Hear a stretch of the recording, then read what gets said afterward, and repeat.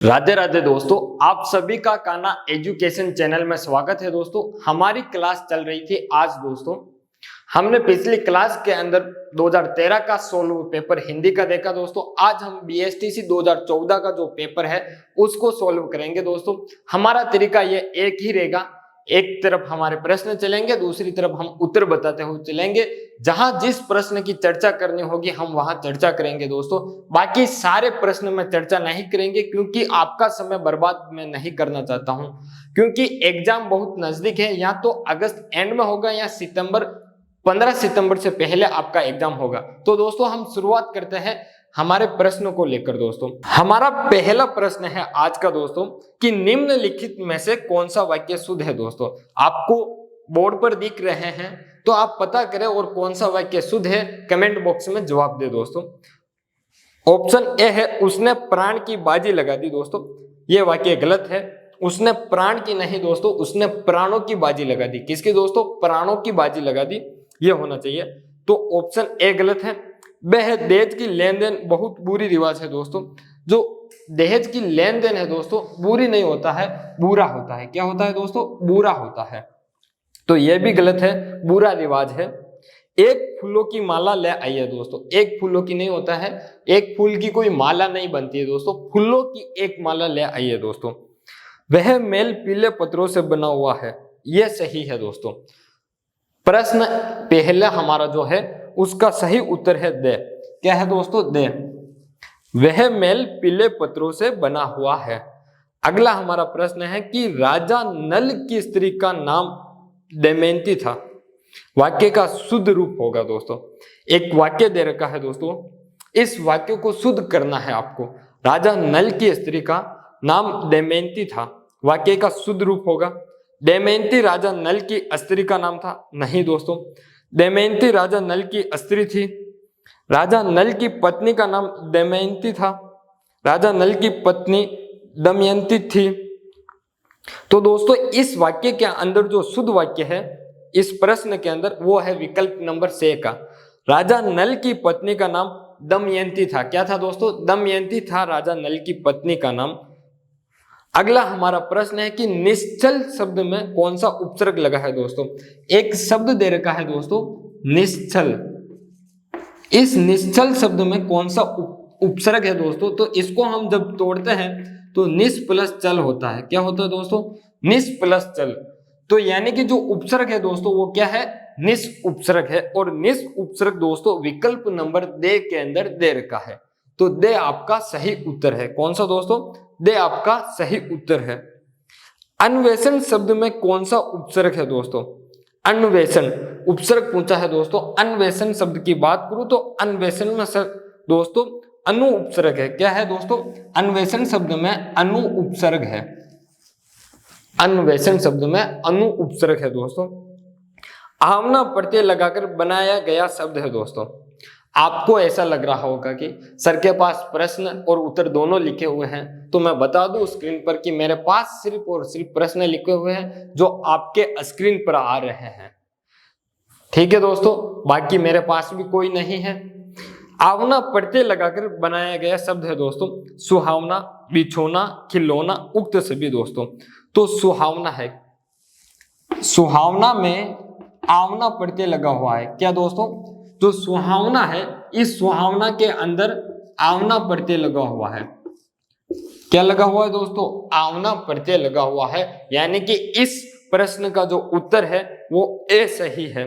अगला हमारा प्रश्न है दोस्तों कि कालिमा शब्द में प्रयुक्त प्रत्यय है। दोस्तों कालिमा शब्द के अंदर जो प्रयुक्त प्रत्यय है दोस्तों वो इमा प्रत्यय है। कौन सा दोस्तों? इमा प्रत्यय है कालिमा के अंदर, जो आपके विकल्प नंबर बे में दे रखा है इमा।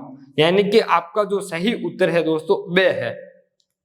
अगला प्रश्न है कि कृतज्ञ शब्द का सही विलोम है। दोस्तों जो ये कृतज्ञ है दोस्तों, इस कृतज्ञ का जो सही विलोम है दोस्तों वो है कृतगन। क्या है दोस्तों? करी त और गन, कृतगन। ठीक है दोस्तों, कृतगन सही विलोम शब्द है, विकल्प नंबर से के अंदर दे रखा है। दोस्तों अगला जो प्रश्न है हमारा कि नैसर्गिक का विलोम है। दोस्तों नैसर्गिक, ध्यान रखना दोस्तों, ये जो नैसर्गिक है इस नैसर्गिक का अर्थ की बात करूं तो दोस्तों प्राकृतिक होता है। क्या होता है दोस्तों? प्राकृतिक होता है। इस नैसर्गिक का अर्थ, नैसर्गिक का जो अर्थ होता है दोस्तों प्राकृतिक होता है, और नैसर्गिक का हमें विलोम पूछा गया है दोस्तों, तो विलोम होता है कृत्रिम। क्या होता है दोस्तों? कृत्रिम विलोम होता है। तो विकल्प बे आपका सही है। दोस्तों हमारा अगला प्रश्न है कि त्योहार शब्द का शुद्ध रूप है। दोस्तों त्योहार लिखा हुआ है, इस त्योहार शब्द का शुद्ध रूप हमें पूछा गया है, तो शुद्ध रूप होता है त्योहार। क्या होता है दोस्तों? त्योहार होता है। और विकल्प दे के अंदर दे रखा है। किसके अंदर दोस्तों?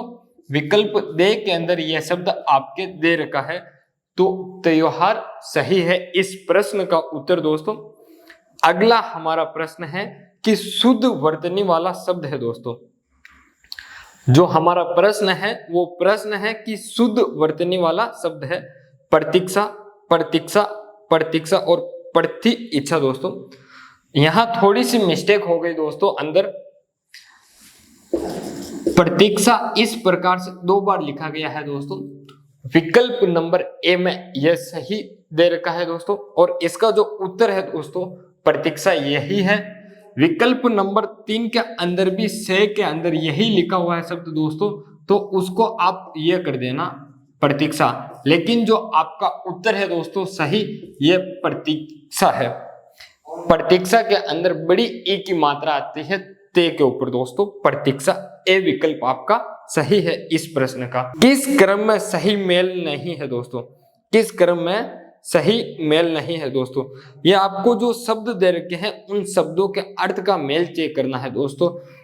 एक के अंदर दे रखा है ग्रह और दूसरा है दशा। दोस्तों ये ग्रह, इस ग्रह का अर्थ होता है दोस्तों, ये जो ग्रह का प्रयोग किया जाता है वो प्रयोग दोस्तों उपग्रह, जैसे आपने सूर्य हो गए, चंद्रमा हो गए, नक्षत्र के लिए किया जाता है। ठीक है, कोई दशा के लिए नहीं किया जाता है। ग्रही घर होता है दोस्तों।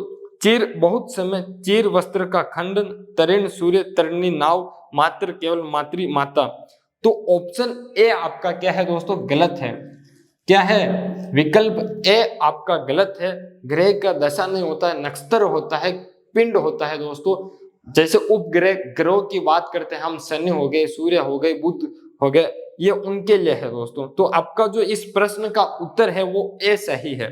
ठीक है दोस्तों, अगला हमारा प्रश्न है कि स्वर संधि के वेदों का सही उल्लेख है। दोस्तों स्वर संधि के हमें 5 वेद है दोस्तों, उन 5 वेदों के उल्लेख का क्रम याद होना चाहिए। क्या दोस्तों? उस 5 वेदों के क्रम याद होने चाहिए। तो कौन कौन से क्रम है मैं बता देता हूं। दीर्घ, दीर्घ के बाद दोस्तों गुण आएगी, गुण के बाद दोस्तों यण आएगी, यण के बाद दोस्तों क्या आएगी? दीर्घ गुण यण वर्दी आएगी दोस्तों, और वर्दी के बाद स्वर आएगी, और स्वर संधि हम कर रहे हैं, अयादि आएगी। क्या आएगी दोस्तों? अयादि आएगी। दीर्घ गुण यण वर्दी अयादि, ये स्वर संधि के 5 वेद है, और 5 वेदों का सही उल्लेख पूछा है हमें।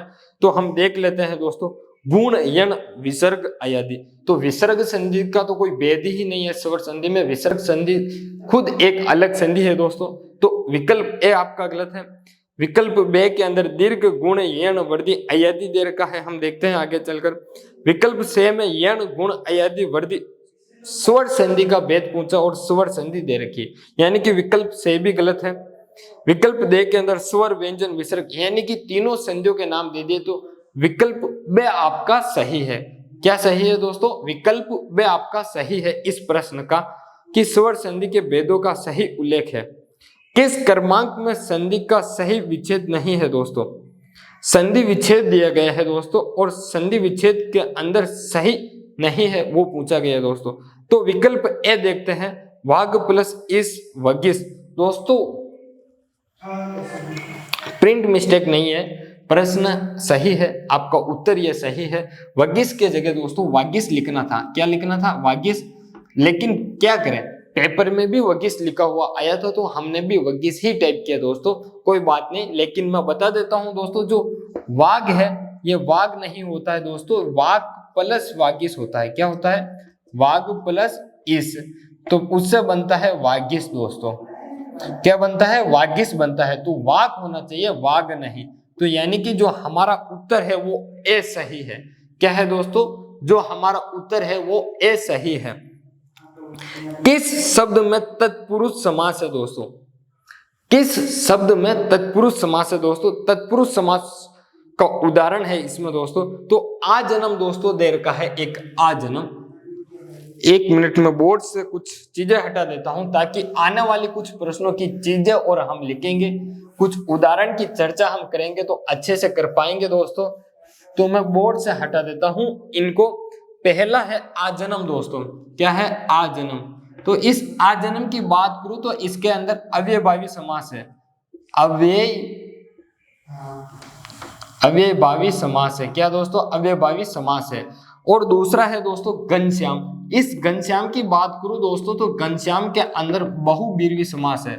क्या है दोस्तों, बहुब्रीहि समास, या कभी कभी कर्मधारय समास भी आ जाता है, कर्मधारय समास भी आ जाता है दोस्तों। अगला है अनिच्छा, और अनिच्छा ही दोस्तों क्या है, आपका सही उत्तर है अनिच्छा ही तत्पुरुष समास है। क्या है दोस्तों, तत्पुरुष समास है। तो आपका जो राइट आंसर है दोस्तों अनिच्छा है, विकल्प से सही है। क्या है दोस्तों, विकल्प से सही है। अगला हमारा प्रश्न है कि नीलकंठ में कौन सा समास है दोस्तों। नीलकंठ में बहुब्रीहि समास है। कौन सा दोस्तों, बहुब्रीहि समास है। विकल्प ए आपका सही है इस प्रश्न के अंदर। अगला हमारा प्रश्न है कि किस क्रमांक में अभिराम और ए विराम शब्द का युग्म, ए विराम शब्द का युग्म का सही अर्थ भेद है दोस्तों। तो मैं आपको बता दूं दोस्तों, इस अभिराम का जो अर्थ होता है दोस्तों वो होता है सुंदर। क्या होता है दोस्तों, सुंदर होता है। जो ए विराम है दोस्तों, इस ए विराम का जो अर्थ होता है वो लगातार होता है। क्या होता है दोस्तों, वो लगातार होता है। तो अब आप विकल्प के अंदर देखें कि पहले आपको सुंदर मिलेगा, बाद में आपको लगातार मिलेगा। मनोहर सुंदर नहीं, मनोहर विस्तृत नहीं, स्वच्छ उन्नत ये भी नहीं, सुंदर और लगातार। यानी कि आपका जो विकल्प दे है वो इस प्रश्न का सही है कि अभिराम और ए विराम दे रखा है, इनका सही अर्थ क्या है, वो है सुंदर और लगातार दोस्तों। ये रे ले वे किस वर्ग के व्यंजन है दोस्तों। ये रे ले और वे ये किस वर्ग के व्यंजन है दोस्तों। तालव्य है, उष्म है, अंतस्थ है, ओष्ठ्य है दोस्तों। तो किस के व्यंजन है दोस्तों, किसके है बताइए दोस्तों। तो ये है अंतस्थ है। किसके दोस्तों, अंतस्थ व्यंजन के है। किसके दोस्तों, अंतस्थ व्यंजन के है। ठीक है दोस्तों। अगला हमारा प्रश्न है कि 6 वर्ण किस वर्ग के व्यंजन है। जो 6 है दोस्तों, ये 6 आप देखना, ये किस वर्ग का व्यंजन है। तो दोस्तों बता दूं, ये जो 6 है दोस्तों, इस 6 को हम संयुक्ताक्षर कहते हैं। क्या कहते हैं दोस्तों, संयुक्ताक्षर कहते हैं। और ये 6 किन किन से मिलकर बना हुआ है दोस्तों। तो ध्यान रखना आप, के प्लस से प्लस ए से मिलकर बना हुआ है। इन 3 शब्दों से मिलकर बना हुआ है। एक बार आप इधर देख लो कि के प्लस से प्लस ए से। तो ऑप्शन के अंदर हम देखते हैं के प्लस 6 गलत है दोस्तों, के प्लस से यह सही है, के प्लस 6 गलत, उक्त सभी। तो विकल्प बे सही है दोस्तों। विकल्प बे के अंदर के प्लस से दे रखा है। क्या दे रखा है दोस्तों, के प्लस से, यानी कि ये जो ए है इस ए का से में मिलान कर दिया गया है इस स्वर का व्यंजन के अंदर। ठीक है दोस्तों, व्यंजन के अंदर। अब हम बात करते हैं दोस्तों इतिहास के पूर्व का, जो इतिहास के पूर्व का होता है उसके लिए एक शब्द है दोस्तों, इतिहास के पूर्व का। तो हम बात करें तो दोस्तों इसे प्रागैतिहासिक कहा जाता है। जो इतिहास के पूर्व का, कोई इतिहास के पूर्व की कोई घटना हो, कोई काल हो, समय हो, तो उसे हम प्रागैतिहासिक कहते हैं। प्रागैतिहासिक दोस्तों विकल्प ए में ऐतिहासिक, बे में पूर्वकालिक, से में प्रागैतिहासिक। तो आपका विकल्प उससे सही है, प्रागैतिहासिक लिखा हुआ है। क्या लिखा हुआ है दोस्तों, प्रागैतिहासिक से सही है। अगला हमारा प्रश्न है कि कौन सा शब्द तद्भव है। नीरज दोस्तों तत्सम शब्द है, सरोज भी तत्सम शब्द है, सूरज, सूरज दोस्तों तद्भव शब्द है। इसका सही उत्तर से है। क्या है दोस्तों, इसका सही उत्तर से है। तत्सम शब्द का चयन कीजिए दोस्तों, तत्सम शब्द का चयन कीजिए, यानी कि इसके अंदर तो 3 तद्भव शब्द होंगे और 1 तत्सम होगा। पाहन दोस्तों तद्भव है, दांत तद्भव है, पाषाण दोस्तों तत्सम है। क्या है दोस्तों? पाषाण है जो तत्सम है आपका। पाषाण क्या है दोस्तों? तत्सम शब्द है, तत्सम। तो आपका जो सही उत्तर है दोस्तों वो से है। अगला हमारा प्रश्न दे रखा है दोस्तों, अंक बराबर संख्या आगे डेज, यानी कि समानार्थी दोस्तों जो है यह अनेकार्थिक शब्द है दोस्तों। क्या है दोस्तों? समानार्थी या एकार्थिक। तो उनका प्रश्न है दोस्तों यहां पर कि अंक बराबर संख्या दे रखी है। देखना आप दोस्तों कि अंक बराबर संख्या दे रखी है दोस्तों और डेज लगा रखा है, यानी कि हमसे पूछा गया वो प्रश्न समानार्थी या एकार्थिक का है। किसका दोस्तों? समानार्थी या अनेकार्थिक का है। ठीक है दोस्तों, तो एक अंक का अर्थ होता है संख्या। इस अंक का एक अर्थ और बताना है विकल्प में से, शरीर, गोद, अंग, सत्य दोस्तों। तो इस एक अंक है, इस अंक का एक अर्थ और है दोस्तों, वो है गोद। क्या है दोस्तों? गोद। विकल्प के अंदर गोद दे रखा है, तो बे सही है अपना। क्या दोस्तों? बे सही है। अगला हमारा प्रश्न है अचल बराबर अस्थिर, और इसमें भी डैश लगा हुआ है, तो यानी कि ये भी समानार्थी या एकानार्थी का प्रश्न है। अचल दोस्तों अस्थिर होता है, और एक अचल का जो अर्थ है हम वो ऑप्शन या विकल्प में देखते हैं। सागर दोस्तों, सागर नहीं, पृथ्वी नहीं, आकाश नहीं, पर्वत। बिल्कुल दे सही है, पर्वत। अचल, अस्थिर और पर्वत होता है दोस्तों। अचल के जो अर्थ है, एक तो अस्थिर है और दूसरा पर्वत है दोस्तों। अगला हमारा जो प्रश्न है दोस्तों कि चादर के बाहर पैर पसारना, मुहावरे का अर्थ है दोस्तों कि आप 3 फीट के हो और आपके पास चादर यदि 2.5 फीट की है, या आपके पास चादर 3 फीट की है, तो यदि आप उससे पैर बाहर निकालते हो तो बारिश के मौसम में आपको मच्छर काटेंगे, मक्खी का मौसम होगा, मक्खी आएगी बैठेगी ऊपर, ठंड का मौसम होगा, पैर बाहर निकालोगे तो ठंड लगेगी। तो हमें पूछा गया है कि चादर के बाहर पैर पसारना मुहावरे का अर्थ है दोस्तों। तो इस मुहावरे का जो अर्थ है दोस्तों, आय से भी अधिक खर्च करना, यानी कि आपके पास आय तो 10 रुपए है और आप खर्च 12 रुपए करते हो, तो यानी कि आपकी जो सीमा है उस सीमा से भी आप ज्यादा खर्च करते हो।